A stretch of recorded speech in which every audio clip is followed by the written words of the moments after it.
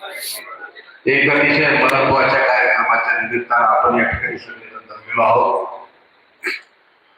हिरण्यकश्यपाचा पुत्र प्रल्हाद, प्रल्हादाचा पुत्र विरोचन आणि विरोचनाचा पुत्र बळी खऱ्या अर्थानं पुरुषक समाजाची एक वेगळ्या प्रकारची आदर्श परंपरा निर्माण करण्याचं काम ज्या राजाने केलं त्याच्या नावानं आजचा हा दिवस आपण साजरा करत असतो. खऱ्या अर्थानं इकडच्या लोकायत संस्कृतीचा तो मान आहे, इकडच्या बहुजन संस्कृतीचा तो मान आहे, इकडच्या कष्टकरी समुदायाचा तो मान आहे. आणि त्या दृष्टीने हा उत्सव साजरा होत असताना त्याला एक दुसरी सुद्धा किनार आहे. प्रवीणजी आपण भाषणामध्ये बोलला, आपण या परिवारामध्ये पुढच्या काळामध्ये ज्या काही खर्चच्या भूमिकेत काम करत होतात त्या पद्धतीने मी या ठिकाणी पाठीराखा म्हणून काम करणार आहे असं बोलला. त्या संदर्भातही मी या ठिकाणी आवर्जून बोलणार आहे. याला एक दुसरी सुद्धा किनार आहे. बळीचं दमन त्याही दिवशी झालं होतं. वामनाकडून त्याही दिवशी बळी पाताळामध्ये गाडला गेला होता आणि आजही बळी पाताळामध्ये गाडला जातो आहे. कधी आसमानी संकट आलं, कधी सुलतानी संकट आलं, कधी व्यवस्थेच्या संकटात. सगळे शेतकऱ्याच्या घरातल्या कुटुंबाचं प्रतिनिधित्व करणारी माणसं आहे. ज्या ज्या वेळेस सामाजिक पटलाच्या संधी निर्माण होतील, ज्या ज्या वेळेस राजकीय पटलाच्या संधी निर्माण होतील, त्या दिवशी पहिल्यांदा तुम्ही स्वतःच्या काळावरती हात ठेवून पहा. पहिला बळी तुमचा जातो. बळीची परंपरा आजही काय आहे. या सगळ्या गोष्टींवरती जर बात करायची असेल तर हे दमन झुगारावं लागेल. मग राजकीय दमन असेल, सामाजिक दमन असेल, या व्यवस्थेला या ठिकाणच्या माणसावरती लादलेलं दमन असेल, या ठिकाणी झुगाराची ताकद निर्माण करावी लागेल. आणि त्याच दिवशी खऱ्या अर्थानं आपण बळीपूजन केलं असं या ठिकाणी म्हणता येईल. आदरणीय शास्त्रीजी या ठिकाणी आहेत. शेतकरी चळवळीमध्ये हे काम करणारी माणसं आहेत. यांच्या पाठीशी उभं राहावंच लागेल. याच्याशिवाय दुसरं हल्ली फारसं नाही. आपला भोवताल हल्ली फारसा चांगला राहिलेला नाही. सगळ्या गोष्टींमध्ये कशा प्रकारचा व्यावसायिकरण या ठिकाणी पुढे येत आहे. लोक सोयीनुसार वागतात, सोयीनुसार संदर्भ बदलतात, सोयीनुसार साध बदलतात.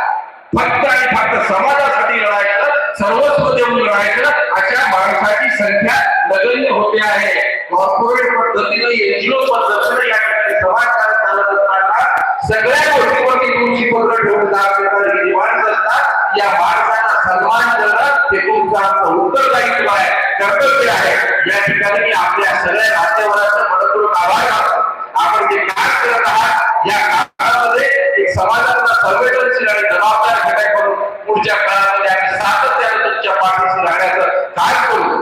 लोकसागर परिवाराच्या माध्यमातून या ठिकाणी बोलताना सांगितलं, या दोन माणसाचा या ठिकाणी आवर्जून उल्लेख केला पाहिजे. शास्त्रीजी महाराज आपल्याकडे अजय इंद्रे म्हणून आहेत चालवायचे आणि प्रवीण गिरे ही दोन माणसं या ठिकाणी मतीन भोसलेलं ज्या दिवशी काम उभं केलं असेल, संतोष दादा करतेलं ज्या दिवशी काम उभं केलं असेल, दीपक दादा ठाकरे होते ज्या दिवशी काम उभं केलं असेल, अशा अनेक पद्धतीने काम करणारी ही जी माणसं आहेत यांचा पाठीराखा अज्ञात पाठीराखा म्हणून या लोकांसाठी मदत उभं करणं आणि ती मदत अतिशय निरपेक्ष आणि निष्ठुर भावनेनं त्यांच्यापर्यंत पोहोचण्याचं काम या आपल्या भागामधल्या दोन वर्षांनी केलेलं आहे.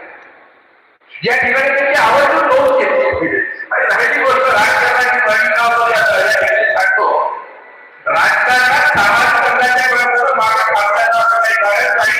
राजकारण आणि समाजकारण याच्यामध्ये फार छोटीशी कुसळची केली आहे आणि मला वाटतं सामाजिक रंगाने वागणाऱ्या लोकांनी चळवळीच्या आकाराने वागणाऱ्या लोकांनी दुसरं राजकारण करावं. इथं रेतीघाट राजकारण करू शकतो, मठ्ठात राजकारण करू शकतो, दारूचा एखादा टेंडर त्या ठिकाणी राजकारण करू शकतो. तर तुम्ही आधी राजकारण केलं तर चांगल्या माणसाने पुढे आलं पाहिजे, हरकत नाही. त्याही संदर्भात आपण चांगले काम करावं असे या ठिकाणी शुभेच्छा देतो. आणि लोक जागृत परिवाराचा हा वटवृक्ष ह्याच पद्धतीने कुठल्याही काळामध्ये आपल्या चांगलपणाचं आणि या ठिकाणी मान्यवरांना पुढे एकदा त्यांचं या ठिकाणी अभिनंदन करतो. आभार